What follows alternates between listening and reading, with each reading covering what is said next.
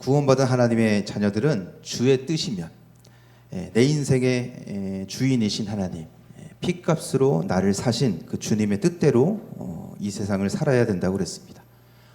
그런데 이 세상 공중권세 잡은 사탄이 이 세상을 지배하는 방법 중에 하나가 바로 맘모니즘, 물질이에요. 돈입니다. 돈. 그래서 돈에 대한 탐욕으로 우리를 지배하고 돈을 위해서 살게 하고 재물을 위해서 살게 만듭니다.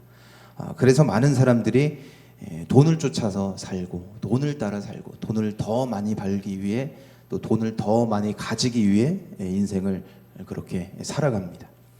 근데 예수님의 비유 말씀 중에 자, 어떤 사람이 밭에서 보물을 발견했는데 그 사람이 어떻게 했습니까? 자신의 전 소유를 모든 소유를 팔아서 그 밭을 산다고 말씀을 하십니다. 여러분, 자기의 모든 재산, 모든 소유를 팔아서 밭을 사는 이유가 뭐예요? 이 땅을 사면 5년 뒤에 땅값이 폭등할 거야. 도시개발 계획이 있어가지고 그걸 미리 알아서 땅을 사는 게 아니고 그 땅 속에 뭐가 있어요? 보물이 있기 때문에 그 땅을 사는 거예요. 그래서 보물을 발견한 사람은 자기가 가지고 있는 전 재산이 아깝지 않은 겁니다. 그리고 내가 가진 전부와 바꿔도 전혀 아깝지 않은 거예요. 근데 이 비유의 말씀은 천국 비유의 말씀입니다. 하나님 나라를 사는 사람은 어떤 사람이냐? 이거를 가르쳐 주는데, 자, 마태복음 13장 44절에 천국은 마치, 그래서 천국 비유입니다. 천국은 마치 밭에 감추인 보화와 같으니 사람이 이를 발견한 후 숨겨두고 기뻐하며 돌아가서 자기의 소유를 다 팔아 그 밭을 사느니라. 영원한 하나님 나라와 보물을 찾아낸 사람은 돈이 인생의 목적이 아닙니다. 그 어떤 것과도 비교할 수 없고 바꿀 수 없는 그런 영광스러운 보물을 찾아내기 때문에 재물을 위해서 사는 것이 아니라 그 보물을 위해서 돈을 쓰고 자기의 전부를 다 바치는 거예요. 그래서 요한일서 1장 1절 말씀 보시면 이렇게 말씀을 합니다. 태초부터 있는 생명의 말씀에 관하여는 우리가 들은 바요, 눈으로 본 바요, 자세히 보고 우리 손으로 만진 바라. 그래서 그리스도의 사랑과 그리스도의 은혜, 또 그리스도의 생명을, 그 영원한 하나님 나라의 보물을 눈으로 자세히 보고 손으로 만져본 사람들, 이 사람들은 이 땅에서 썩어 없어질 그 재물을 위해서 사는 것이 아니라 이 세상에서 썩어 없어질 것들은 배설물처럼 여깁니다. 그리고 그 보물을 위해서 자신의 전부를 바쳐 헌신하고 이 땅을 사는 거예요. 그러나 이 보물을 모르는 사람들은 어떻게 사는가? 자, 이거를 오늘 본문 말씀에서 이제 5장에서 말씀하고 있는데, 자, 먼저 첫 번째로 1절에서 3절까지 하나님 나라의 보물을 모르는 사람은 세상 재물을 위해서 살아간다고 했어요. 자, 1절에 들으라 부한자들아. 여기서 부한자들, 부자들은 플루시오라고 하는데 1차적인 의미는 돈 많은 부자들을 의미합니다. 그러나 그것만이 전부가 아니라 돈을 인생의 목적으로 삼고 사는 사람들, 그래서 세상의 가치관으로 이 세상을 사는 모든 사람들을 다 포함하는 말이 들으라 부한자들아, 이 플루시오예요. 그러니까 돈이 있어야 행복하지. 야, 돈 있어야 인간답게 살지. 야, 돈 있어야 애도 낳고, 돈 있어야 결혼도 하고, 돈 있어야 뭐 노후도 보장이 되고. 그래서 썩어 없어질 세상 재물을 위해서 살고 땅에 보물을 쌓으면서 무조건 그냥 돈. 그냥 그렇게 사는 사람들. 이 사람들이 다 들으라 부한자들아, 여기에 포함이 되는 거예요. 여러분, 맘모니즘, 돈이 지배하는 사탄의 세상은 어떤 세상입니까? 1절 말씀 계속 보시면 들으라 부한자들아, 너희에게 임할 고생으로 말미암아 울고 통곡하라. 물질 세계는 언젠간 끝이 납니다. 영원한 게 아니에요. 돈이 지배하는 이 세상은 언젠가 종말이 맞이하게 될 수밖에 없는 거예요. 언제인지는 모르지만 그리스도께서 다시 오시는 그날에 최후 심판이 임하고 이 세상은 끝이 나게 되는 겁니다. 그날이 일하면 어떻게 됩니까? 돈만 보고 살았던 사람들은요, 그들에게 임할 고생이 있다는 거예요. 그래서 하나님 나라의 보물이 아니라 세상의 가치관, 그 돈을 움켜쥐고 살았던 사람들, 그들은 하나님의 심판으로 멸망을 당할 수밖에 없고, 그래서 울고 통곡하고 고생을 해야 된다, 이렇게 말씀을 하고 있습니다. 그래서 돈이 전부인 줄 알았는데, 돈이 인생의 목적이었는데 그 끝에는요, 행한 대로 갚으시는 하나님의 엄중한 심판이 있기 때문에 누구도 그 심판을 피할 수가 없기 때문에 울고 통곡하라 이렇게 경고하고 있는 겁니다. 오늘날 한국 사회의 부의 상징이 뭘까요? 뭐 여러 가지가 있을 겁니다. 얼마나 좋은 집에 사느냐. 제가 예전에 이것도 좀 오래된 얘기입니다. 충격적인 얘기를 들었는데 초등학교 애들 사이에 니네 집 어디야? 니네 집 어느 아파트야? 그래서 어디 아파트다 그러면은 좋은 아파트, 좀 작은 아파트 막 이래가지고 애들끼리 초등학생 애들끼리 막 이런 거를 막 나눈대요. 제가 그 얘기를 듣고 정말 깜짝 놀랐는데 집이 부의 기준이 되고 부의 상징이 돼요. 그리고 자동차, 요즘은 뭐 외제차가 흔하지만 예전에는 외제차가 귀했잖아요. 그래서 외제차, 요즘에는 외제차 중에서도 비싼 명품카, 슈퍼카 뭐 이런 것들이 부의 상징이 돼요. 그리고 땅을 얼마나 많이 가지고 있느냐, 또 명품 아이템들, 뭐 가방이라든지, 가방 다 보세요. 브랜드 한번 보여줘 보세요. 가방이라든지 시계라든지 뭐 이런 것들, 명품 아이템, 이런 것들이 부의 상징입니다. 그런데 고대 사회에서 부의 기준, 부의 상징이 되는 게 세 가지예요. 그게 뭐냐면 바로 음식, 그 다음에 옷, 그 다음에 금과 은, 그런 귀금속, 보석, 이런 것들이 부의 기준이 되고 부의 상징입니다. 그래서 그런 것들이 결국은 어떻게 되는가? 2절 3절 말씀 보시면 너희의 재물은 썩었고 너희의 옷은 좀먹었으며 너희의 은과 금은 녹이 슬었다. 그래서 당시 부의 기준이 되고 부의 상징이 되는 세 가지, 너희 재물과 옷과 금과 은. 여기서 재물은 돈이 아니라 음식이에요. 돈까지 포함하는 음식, 곡식을 의미하는 겁니다. 그래서 곡식은 썩어버렸고 옷은 좀먹었고 금과 은은 녹이 슬었다. 너희가 자랑하는 모든 것들이 다 어디 있냐? 다 없어지고 사라지는 것들이다 라고 말씀을 하는 겁니다. 그래서 너희가 말세에 재물을 쌓았기 때문에 인생의 목적으로 삼았던 그 음식과 옷과 금과 은이 바로 증거가 되어서 하나님의 심판을 받게 될 수밖에 없는 겁니다. 그러면 재물을 쌓는 것이 죄입니까? 여러분 저축하시나요? 적금 들어보셨죠? 그런 게 죄입니까? 아니요. 그게 죄가 아닙니다. 열심히 일해서 저축하고 적금 들고 그게 죄는 아니에요. 근데 여기서 재물을 쌓았다고 하는 것은 뭐냐면 그 돈 때문에 사는 거예요. 재물을 움켜쥐고 살고 그 돈이 인생의 목적이 되어서 돈이 전부인 마냥 그렇게 사는 인생을 재물을 쌓는 인생이다. 이렇게 설명을 하는 겁니다. 우리는 어떻게 살아야 됩니까? 주의 뜻이면. 주의 뜻이면 살고 주의 뜻이면 죽고 주의 뜻이면 이것도 하고 주의 뜻이면 저것도 하리라. 그래서 주님의 뜻대로 하나님의 뜻대로 살아야 되고 하나님 나라와 그의 의를 위해서 살아야 되고 그리스도 안에 있는 보물을 위해서 이 땅을 살아야 되는데 돈을 위해서 살고 돈이 전부인 것처럼 그렇게 사는 거예요. 자, 그러면 두 번째, 3절에서 6절까지 그런 자들이, 돈에 목숨 걸고 사는 자들이 심판을 당할 수밖에 없는 이유를 네 가지로 설명을 하는데, 자, 먼저 첫 번째 심판의 이유는 뭡니까? 3절 중간에 보시면 이 녹이 너희의 증거가 되며 불같이 너희 살을 먹으리라. 그래서 그들이 움켜쥐고 살았던 그 음식과 옷과 그 귀금속, 금과 은, 그것들이 썩었고 좀먹고 그 다음에 녹이 슬었는데 그게 증거가 되어서 하나님의 심판을 피할 수밖에 없다는 거예요. 예수님이 말씀하십니다. 마태복음 6장 19절 20절 너희를 위하여 보물을 땅에 쌓아두지 말고 어디에 쌓아요? 하늘에 보물을 쌓아라. 왜 그렇습니까? 하늘에는 도둑도 없고 좀먹지도 않고 녹슬지도 않기 때문에, 그래서 보물을 하늘에 쌓아야 된다는 거예요. 그런데 보물을 이 땅 가운데 쌓아두면 어떻게 돼요? 녹이 습니다. 좀이 먹는 거예요. 그러면 어떻게 돼요? 그 좀 먹은 것과 그 녹슨 것이 내 살을 파먹는다는 거예요. 너를 먹으리라. 너희 살을 먹으리라. 그래서 돈에 대한 탐욕과 그 욕심이 자기 자신을 삼켜버리게 된다. 이렇게 말씀을 하는 겁니다. 자, 두 번째 심판의 이유는 4절에 있습니다. 자, 보라 너희 밭에서 추수한 품꾼에게 주지 아니한 삭시 소리 지르며 그 추수한 자의 우는 소리가 만군의 주의 귀에 들렸느니라. 여러분, 열심히 일한 일꾼에게 정당한 대가를 지불하는 것이 당연한 거예요. 이게 세상의 이치이기도 하지만 하나님 나라의 질서입니다. 수고한 대로 먹는 거예요. 그래서 소의 입에, 일 시키는 소의 입에 뭘 씌우지 말라 그랬어요? 망대를 씌우지 말라 그랬어요. 소한테 일만 시키고 먹을 것을 주지 말고 막 그렇게 하지 말라는 거예요. 일을 시키면 먹게 해라는 겁니다. 이게 하나님의 명령이에요. 그런데 부자들이 어떻게 합니까? 돈을 더 많이 갖겠다고 품꾼에게 일을 시켜놓고 그 마땅한 몫을 안 줘요.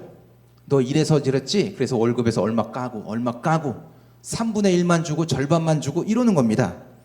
그래서 가난한 노동자들에게 돌아가야 할 마땅할 몫을 이미 돈을 많이 가지고 있는 부자들이 더 많이 갖겠다고 가로채는 거예요. 그래서 돈을 더 많이 갖기 위해서 죄를 짓고 악을 행했기 때문에 심판을 당할 수밖에 없다. 이렇게 두 번째 이유를 설명을 했습니다. 오늘날 한국 사회의 커다란 문제 중에 하나도 바로 양극화 현상입니다. 부자는 계속 부자로 대물림을 하고 가난한 사람들은 아무리 발버둥을 쳐도 가난을 벗어나기가 힘들고, 그래서 흙수저다 금수저다 뭐 이런 이야기를 많이 하는 시대가 되었습니다. 물론 자수성가한 분들도 있습니다. 그런데 이제는 보편적으로 빈손으로 아무것도 없이, 그러니까 개천에서 용나기가 굉장히 어려운 시대가 되었어요. 완전히 불가능한 건 아니지만 보편적으로 볼 때 정말 맨 땅에 헤딩해가지고 아무런 투자금 없이 그냥 열심히 일만 해가지고 성공한다? 정말 어렵습니다. 평생 일해도 내 집장만 하기가 힘들다고 그러잖아요. 단순히 계산해 보세요. 집값이 그냥 몇 억씩은 가는데 최소한. 그런데 뭐 300만 원, 400만 원, 500만 원 열심히 일해가지고 그거 뭐 2억, 3억짜리 그 아파트 살려면 몇 년 일해야 돼요? 대학 졸업하고 군대 갔다 오고 뭐 하고 해가지고 취업해가지고 몇 년이, 그럼 몇 살에 결혼하고 그러니까 이게 안 되는 거예요. 이게 불가능한 겁니다. 그래서 3포, 5포, 7포 결혼도 포기하고 결혼했는데 애를 포기하고 그러니까 다 포기하고 사는 거예요. 안 되니까. 그래서 부자는 계속 부자로 살기 위해서 가난한 자들을 자꾸 짓눌러요. 대형마트가 골목 상권을 다 죽이고 그 프랜차이즈 브랜드들이 다 그 소상공인들을 다 죽여놨잖아요. 근데 한국 교회에도 똑같은 논리가 적용된 지가 정말 오래됐습니다. 너무 안타깝고 정말 가슴 아픈 현실이지만 여러분, 신도시가 개발되면 대형 교회가 땅 사서 교회 짓고 들어옵니다. 교회를 옮기면 그래도 그나마 그냥 뭐 이해를 하는데, 멀쩡히 여기 큰 교회가 땅을 사가지고 큰 건물을 져놓고 지교회를 내요. 그러니까 분점 내는 거예요. 그럼 사람들이 어디로 가요? 큰 교회로 가죠. 큰 교회로 가죠. 거기 가면 뭐 시스템도 다 돼 있고 프로그램도 다 돼 있고 막 이러니까 당연히 다 그걸로 몰리는 거 아닙니까? 그러면요, 정말 기도하면서 정말 사명을 붙잡고 그렇게 눈물로 개척한 교회들은 꿈도 펼치지 못하고 그냥 주저앉아 버리고 다 죽어나가는 거예요. 2010년대, 2020년대로 넘어오면서 이제 새롭게 이제 깨어서 이렇게 좀 교회를 주도해가는 그런 분들이 새롭게 시작하고 이제 새롭게 교회 패러다임을 바꾸기 시작한 게 뭐냐면, 그렇게 교회를 죽이는 교회가 아니라 교회를 살리는 교회, 교회를 낳는 교회, 교회를 개척하는 교회로 이렇게 사역을 하자, 이런 움직임이 시작이 됐습니다. 그래서 사람들을 더 많이 모아서 계속 여기에만 붙들어 놓는 게 아니라 사람들을 모아서 말씀으로 가르쳐서 신실한 그리스도의 일꾼으로 만들어가지고 신실한 그리스도의 제자로 만들어서 보내는 거예요. 보내는 거예요. 이거를 하는 겁니다. 대표적인 사례가 분당 우리교회 이찬수 목사님입니다. 교회가 계속 부흥하고 한국교회를 대표하는 교회로 성장했습니다. 근데 거의 모든 교회들이 부흥과 성장을 외치면서, 물론 지적 부흥과 그런 내적 부흥, 양적 부흥과 그런 양면의 부흥과 성장을 다 외치기는 하지만 거의 다 숫자의 목을 맵니다. 숫자의 목을 매는데, 그런데 이찬수 목사님은 교회가 커지니까 공고를 해요. 공포를 합니다. 기존 교회 성도들은 우리 교회 등록받지 않겠다. 지금도 기존 교회 성도들은 분당 우리 교회 성도로 받아주질 않습니다. 다른 교회 가시라. 이사 왔다고 그래도 다른 교회를 보내요. 우리 교회는 와봤자 일할 곳이 없다. 사람이 많아서. 그러니까 다른 교회 가서, 작은 교회 가서 섬겨라. 거기서 일해라. 이거예요. 그리고 새신자들만, 교회를 전혀 다니지 않고 예수를 믿지 않았던 사람들만 내가 예수 믿겠다고 나오면 교회에서 등록을 받아줍니다. 그리고 뭐라고 얘기를 하냐면 우리 교회 몸집을 줄여야 된다고 얘기해요. 우리 교회 몸집이 너무 크다. 몸집을 줄여야 된다. 교회 숫자를 줄여야 된다. 그래서 분당 우리 교회 성도 수가 5,000명 이하로 줄어들지 않으면 내가 사임하겠다. 이렇게 선언을 하셨어요. 되게 오래된 일입니다. 그리고 나서 10년 동안 1만 성도 파송 운동을 준비해요.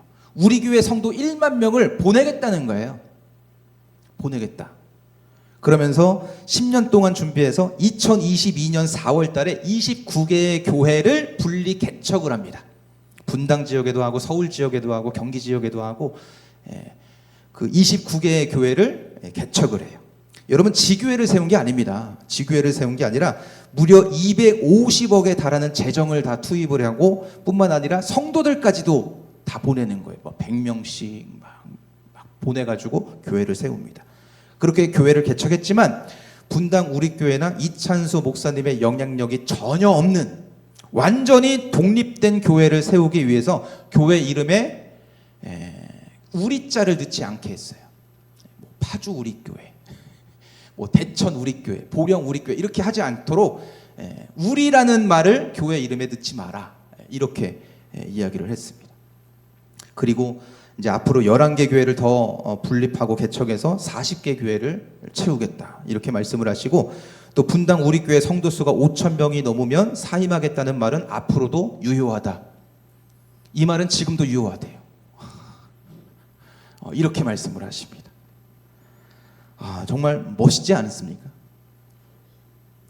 여러분 우리 대천 동산교회도 주님의 말씀대로 잘 성장하고 부흥해서 더 많은 선교사님들을 후원하고 그냥 성도들을 그냥 올가매고 그냥 여기에 주저앉혀 놓고 있는 교회가 아니라 세상에 보내고 교회를 낳고 교회를 개척하고 교회를 살리는 여러분 그런 교회로 성장할 수 있기를 주의 이름 한지로 축원합니다. 그 일을 위해서 여러분들 기도해 주세요. 자, 세 번째 심판의 이유는 뭡니까? 5절 말씀. 너희가 땅에서 사치하고 방종하여 살육의 날에 너희 마음을 살찌게 하였도다. 그러니까 돈 벌려고 목숨 거는 이유가 뭐예요? 사치하려고, 방종하려고, 과시하려고, 자기를 자랑하려고 돈을 버는 거예요. 그래서 고급 브랜드 명품으로 막 휘감고 우쭐거립니다. 목에 기부스 차고 나는 이런 사람이야 라고 하고 다니는 거예요. 그래서 다른 사람들의 부러움을 사고 그렇게 자기를 드러내면서 과시하면서 거기에 인생의 만족감을 얻는 겁니다. 그런데 이런 행위는 뭐라고 말씀하세요? 살육의 날에 너희의 마음을 살찌게 하였도다. 그래서 돼지를 도살하기 위해서 키로수 막 늘리려고 벌크업 시키는 것처럼 막 사료를 막 먹여가지고 막 살찌우는 것처럼 똑같다는 거예요. 심판의 날, 그 살육의 날에 그 살찌우도록 사육하는 것과 똑같다. 이렇게 말씀을 합니다. 네 번째 심판의 이유는 6절입니다. 자, 너희는 의인을 정죄하고 죽였으나 그는 너희를 대항하지 아니하였느니라. 세상 재물과 세상 권력을 가지고 법정을 장악합니다. 그리고 뇌물을 줘서 막 그 법관을 매수해 가지고 재판을 마음대로 조작하는 거예요. 여러분 이스라엘의 법정은 물론 사회 법정, 한국 법정도 마찬가지지만 이스라엘의 법정은 하나님의 정의가 행해지는 곳이에요. 그래서 죄 지은 자는 죄값을 치르고 죄가 없는 자는 무죄 판결을 받고 그래서 하나님의 정의가 실현되는 곳이 이스라엘의 법정이어야 되는데 그래서 부자나 가난한 자나 권세 있는 자나 없는 자나 모두가 하나님 앞에 동등해야 돼요. 평등해야 되는 겁니다. 그런데 돈 있다고 법관을 매수해서 재판을 조작합니다. 권력이 있다고 압력을 가해가지고 하나님의 정의와 공의를 짓밟는 거예요.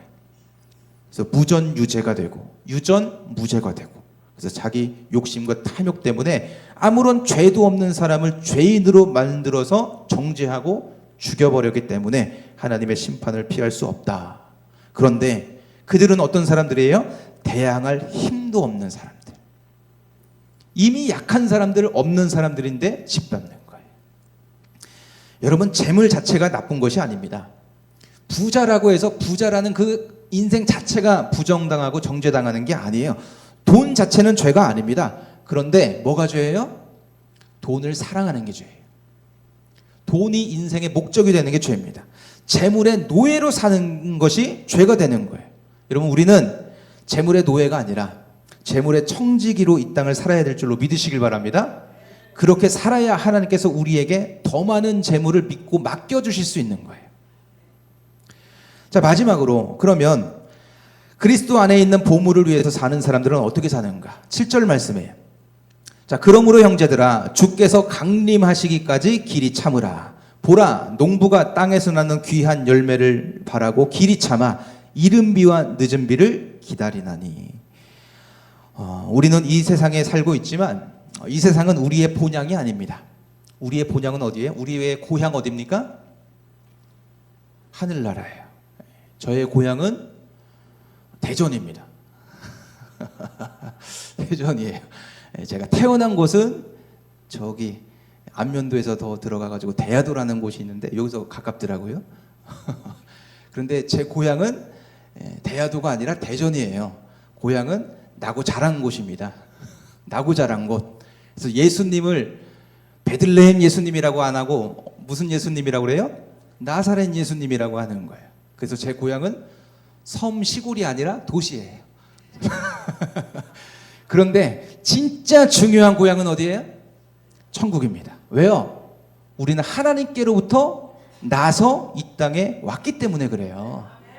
그래서 우리의 고향은, 우리의 본적은 다 주민등록 좀 꺼내보면 다 어디 막 이게 있지만 진짜 우리의 본향은 어디예요? 영원한 하나님 나라 천국인 줄로 믿으시길 바랍니다. 그래서 빌립보서 3장 20절에 그러나 우리의 시민권은 어디 있습니까? 하늘에 있는지라. 거기로부터 누구를 기다려요? 구원하는 자 곧 주 예수 그리스도를 기다리는 거예요. 히브리서 11장 16절에도 이제는 더 나은 본향을 사모하니 곧 어디에 있습니까? 하늘에 있는 것이라. 우리는 이 땅에 살지만 영원한 하나님 나라, 우리의 본향, 우리가 돌아갈 곳을 바라보고 소망하고 사모하면서 이 땅을 살아야 될 줄로 믿으시길 바랍니다. 불완전한 삶에게 말을 걸다라는 책이 있습니다. 이 책을 쓰신 분이 김기현 목사님이신데 여기서 이 세상을 사는 우리의 인생이 어떤 인생이냐 아주 일목요연하게 간단하고 정확하게 그 책에 쓰셨어요. 바벨론 강가에 살고 있는 것이 우리의 인생이다. 강은 땅의 경계다. 땅의 경계다. 몸은 비록 바벨론에 있지만 우리는 항상 강 너머에 있는 고향 예루살렘을 갈망하며 사는 것이 우리의 인생이다. 이렇게 설명을 합니다. 그러니까 우리는 이 땅에 살지만 요단강 너머에 있는 가나안 땅, 저 천국을 항상 바라보고 소망하고 갈망하면서 이 땅을 사는 거예요. 왜 그렇습니까? 거기가 우리의 본향이기 때문에 그래요. 우리에게는 두 개의 시민권이 있는 겁니다. 대한민국 국민이라는 시민권이 있고요. 그리고 또 하나 시민권은 어떤 시민권이 있어요? 천국 시민권이 있는 거예요. 자, 두 가지 신분증 다 꺼내보세요. 다 나갈 때 검사하겠습니다. 여러분, 우리는 비록 이 땅에 살지만 하나님 나라의 소망을 두고 하늘의 시민권으로 살아야 되는데 그런 사람들은 어떤 사람들이에요? 이 땅의 시민권에도 충성을 다하는 사람들이에요. 그러나 하늘의 시민권을 무시하고 하나님 나라의 시민권을 무시하고 이 땅의 시민권만 가지고 사는 사람들은 재물을 땅에 쌓으면서 하늘을 생각하지 않아요. 하나님을 업신여깁니다. 그렇게 이 땅을 사는 거예요. 여러분, 미국에 어떤 믿음 좋은 자매가 있었습니다. 결혼을 하고 새 아이를 낳았는데 어느 날 남편이 그냥 가정을 버리고 집을 나가버렸어요. 그래서 새 아들과 혼자 남겨졌으니까 식당에서 이제 일을 시작하면서 정말 힘들게 새 아이를 키웁니다. 그런데 정말 열심히 일을 하지만 고작 월급이 한 달에 350불밖에 안 돼요. 350불. 그런데도 믿음이 있기 때문에 월급을 받으면 제일 먼저 떼는 게 35불 11조를 떼는 거예요. 그리고 하나님께 바치는 거예요. 그런데 어느 날 이제 차에서 이상한 소리가 나는 거예요. 차도 원체 오래되기도 했지만 차가 막 이상한 소리를 내는 겁니다. 그래서 그냥 타고 다니기는 조금 위험할 것 같고, 그리고 차를 고치자니 또 하나님께 드릴 헌금이 또 이렇게 빵꾸가 나고, 또 생활비도 또 문제가 되고 막 이렇게 고민을 합니다. 근데 고민하는 순간 누가 찾아와요? 이 마귀 새끼가 신방을 와요. 꼭 우리가 막 이거 할까 저렇게 할까 하면은 어떻게 알고, 내가 연락도 안 했는데 신방 좀 와달라고 부탁도 안 했는데 귀신같이 알고 찾아와요. 그래서 말씀을 합니다. 사단 마귀가 말씀을, 야 요번 주는 11조 떼 먹어, 그냥 건너뛰어. 하나님이 네 사정 다 아시는데 이 하나님도 이해해 주실 거야. 이렇게 속삭이는 거예요. 유혹을 하는 거예요. 그래서 이분이 그렇게 잠깐 고민하다가 정신 차리고 회개를 합니다.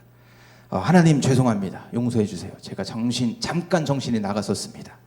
하나님의 것을 절대로 건드리지 않겠습니다. 내가 하나님의 것을 도둑질하지 않겠습니다.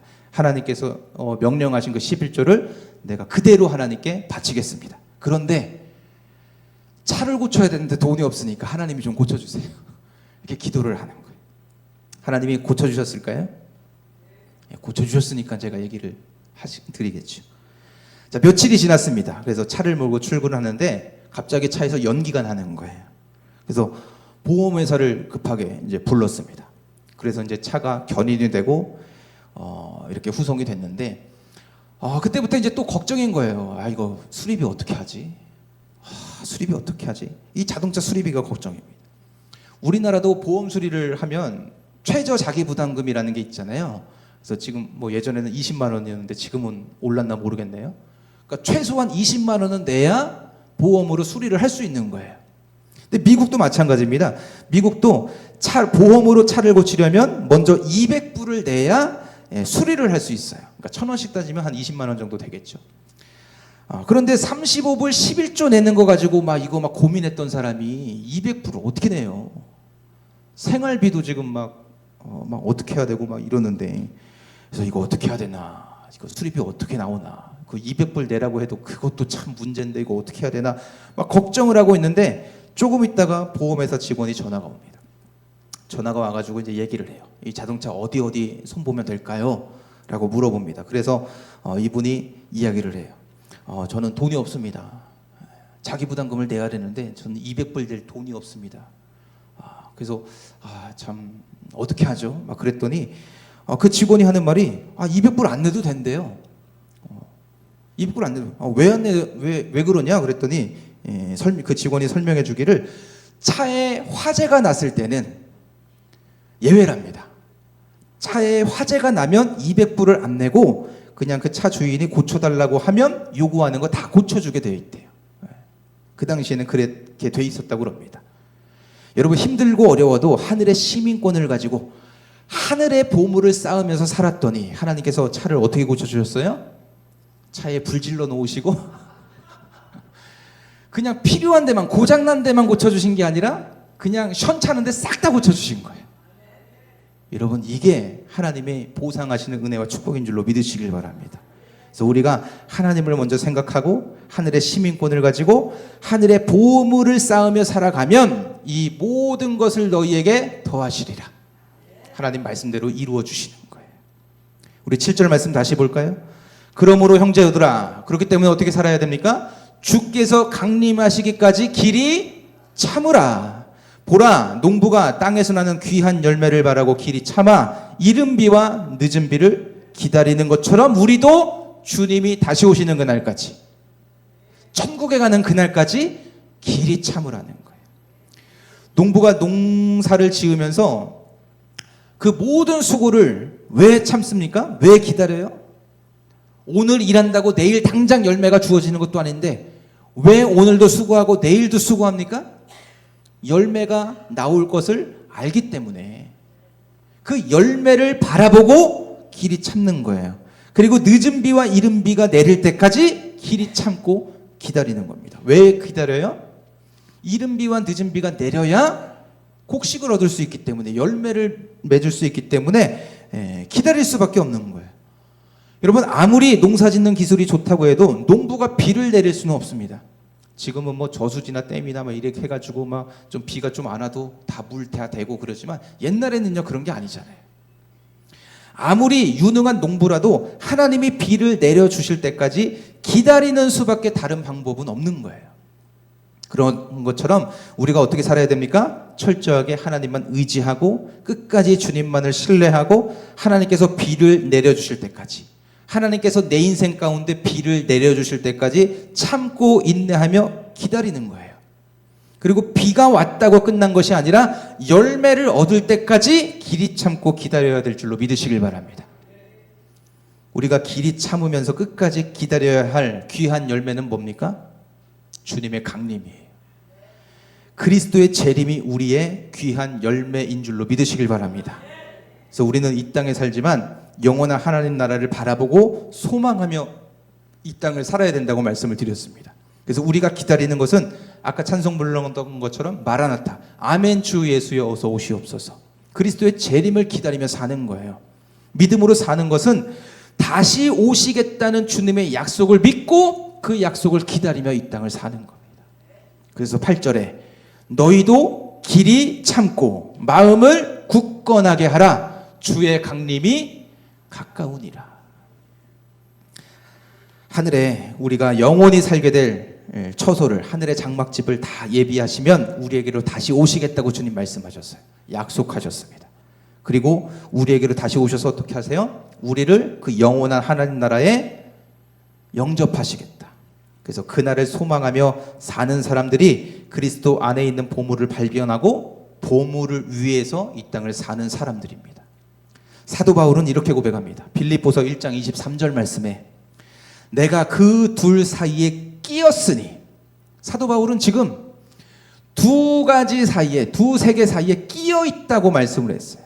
근데 어디에 끼어 있습니까? 차라리 이 세상을 떠나서 그리스도와 함께 있는 것이 훨씬 더 좋은 일이라 그렇게 하고 싶으나, 그래서 영원한 하나님 나라와 이 세상, 이 땅 가운데 사는 그 인생이 이 둘 사이에 끼어 있다는 거예요. 그래서 하나님 나라와 세상 나라 사이에 끼어 있는데 바울의 심정은 어떤 심정이에요? 빨리 죽어서 천국 가고 싶대요. 자, 차라리 세상을 떠나서 그리스도와 함께 있는 것이 훨씬 더 좋은 일이라 할 수만 있으면 그렇게 하고 싶으나 나 빨리 죽어서 천국 가고 싶다. 영원히 주님과 함께 고통도 없고 수고도 없고 아픔도 없는 그 나라에서 영원히 살고 싶다. 그게 나의 소원이다. 빨리 가고 싶다. 그런데 왜 못 가요? 하나님께서 아직 나를 부르지 않으셨기 때문에. 그래서 그리스도께서 나를 이 땅 가운데 살게 하신 목적이 있기 때문에 내가 이 땅에 오늘도 산다는 거예요. 그게 뭡니까? 24절. 내가 육신으로 있는 것이 너희를 위하여 더 유익하리라. 교회의 유익을 위해서, 성도의 유익을 위해서 사도 바울이 사명을 받고 직분을 받아서 사명을 감당하는 거잖아요. 그래서 이 세상을 살아야 하는 이유, 사도 바울의 삶의 목적이 뭐예요? 나를 위해서 사는 게 아니라 돈 더 벌려고, 내가 좀 더 괜찮은 사람으로 살려고 하는 것이 아니라 너희의 유익을 위해서 내가 산다는 거예요. 교회의 유익을 위해서 내가 이 땅을 산다는 겁니다. 그래서 나를 위해서는 빨리 죽어서 예수님과 영원히 살고 싶은 마음이 굴뚝 같은데, 그런데 교회와 성도들의 유익을 위해서 살라고 하신 것이 예수님의 사명이기 때문에, 바울에게 주신 예수님의 직분이기 때문에, 그래서 이 땅을 살고 있다는 거예요. 그래서 25절 26절 내가 살 것과 너희 믿음의 진보와 기쁨을 위하여 너희 무리와 함께 거할 이것을 확실히 아노니 내가 다시 너희와 같이 있으므로 그리스도 예수 안에서 너희의 자랑이 나로 말미암아 더욱 풍성하게 하려 함이라. 이걸 위해서 산다는 거예요. 너희 믿음의 성장을 위해서 내가 산다. 너희 믿음이 자라가기 위해서 내가 오늘을 산다는 거예요. 그리고 너희의 기쁨이 충만하기 위해서 내가 살고, 너희가 풍성한 열매를 얻게 하기 위해서 내가 살고 있다는 겁니다. 이것이 사도 바울의 삶의 분명한 목적이었다, 이렇게 고백을 하고 있는 겁니다. 오늘 우리는 무엇을 위해 살고 있습니까? 여러분, 주의 뜻이면, 여러분 주님의 뜻이 여러분들의 삶의 목적이 되시기를 주의 이름 간절히 축원합니다. 그래서 오늘 우리도 나를 위해서 사는 것이 아니라 영원한 하나님 나라를 소망하면서 여러분 때문에 여러분들을 만나는 사람들의 믿음이 자라가고, 여러분들 때문에 여러분들을 만나는 사람들의 기쁨이 넘치게 되고, 여러분들 때문에 여러분들을 만나는 사람들의 풍성한 열매를 얻게 되는, 여러분 그러한 은혜의 역사에 쓰임받는 믿음들 되시기를 주의 이름 간절히 축원합니다. 우리가 그렇게 하늘의 시민권을 가지고 하나님 나라를 소망하면서 하늘의 보물을 쌓으면서 살아갈 때 우리의 삶 가운데서도 하나님께서 이 모든 것을 더하여 주시는 그런 은혜와 축복이 풍성하고 차고 넘치는 그런 삶이 되시기를 주의 이름으로 간절히 축원합니다.